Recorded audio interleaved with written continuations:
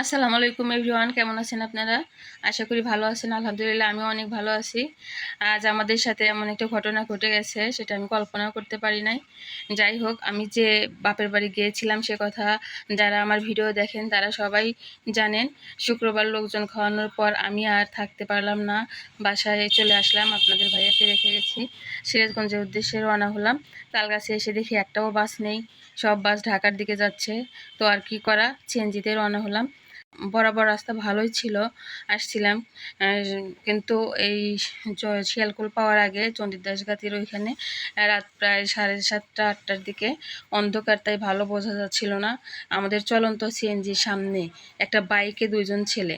আমার তো ভয়ে বলতেই ভয় লাগছে। আমার জীবনে এমন একটা ঘটনা ঘটবে আমি কল্পনা করতে পারি নাই। সবার কাছে শুনছি ছিনতাইকারী ধরে, ছিনতাইকারী, বলছি যে ওদের কেমন দেখা যায়, ছিনতাইকারী কেমন, কিন্তু আজকে আমার নিজের সাথে এরকম একটা ঘটনা ঘটলো। যাই হোক, আমার দুই ছেলে আমার সঙ্গে ছিল। প্রথমে ছোট ছেলে বসেছে, তারপরে বড় ছেলে, তারপর আমি। আমার ব্যাগটা যদি আমার ডান হাতের দিকে থাকতো তাহলে তো খুব সহজেই নিয়ে যেতে পারতো। ব্যাগটা ছিল আমার বাম হাতের ভিতর, বড় ছেলের কাছে, কোলের কাছে। প্রায় বাইক আমাদের সিএনজির সাথে একদম লাগাই দেওয়াতেই আমার ছোট ছেলে বুঝতে পেরেছে যে এরা হচ্ছে ছিনতাইকারী। ও জোরে চিল্লানি দিয়েছে। ওরা দুজনেই আমার ব্যাগ নিয়ে টানাটানি, টানছে, ধরে টেনে টেনে নিয়ে যাবে এরকম অবস্থা। তাই আমার দুই ছেলে হচ্ছে ব্যাগ টেনে ধরে আছে। তাই দুইবার চেষ্টা করেও ছিনতাইকারীরা সফল হতে পারে নাই।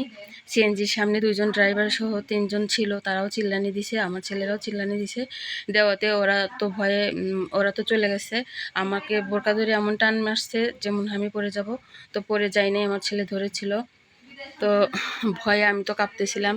ওরা চলে গেছে, তবু মনে হচ্ছে ওরা আমার ব্যাগ নিয়ে গেছে। ব্যাগের মধ্যে ছিল 2 ভরির মতো স্বর্ণ। আমার ব্যাগে 4-5 হাজার টাকা এবং 2টা ফোন ছিল, সব ব্যাগের মধ্যে রেখেছিলাম। শুধু আমার কানে একটা দুল ছিল আর একটা প্লেন চেন ছিল গলায়, কিন্তু আমি বোরকা পরে আসছিলাম জন্য, হিজাব পরা ছিল জন্য ওটা দেখতে পারে নাই। যাই হোক, আমার সবচেয়ে বেশি খারাপ লাগছে যে আমার ওই লম্বা আংটিটা দেখতে পাচ্ছেন, আংটিটা আপনাদের ভাইয়া আমাকে দিয়েছিল বিয়ের সময়। ওটা আমার একটা স্মৃতি, এর জন্য আমি ওটার জন্য খুব খারাপ লাগছিল। যাই হোক, আমার সব কিছু আল্লাহর রহমতে রক্ষা পেয়েছে, আল্লাহ রহম করছে। আজকে ভিডিও পর্যন্ত শেষ করছি। আল্লাহ হাফেজ।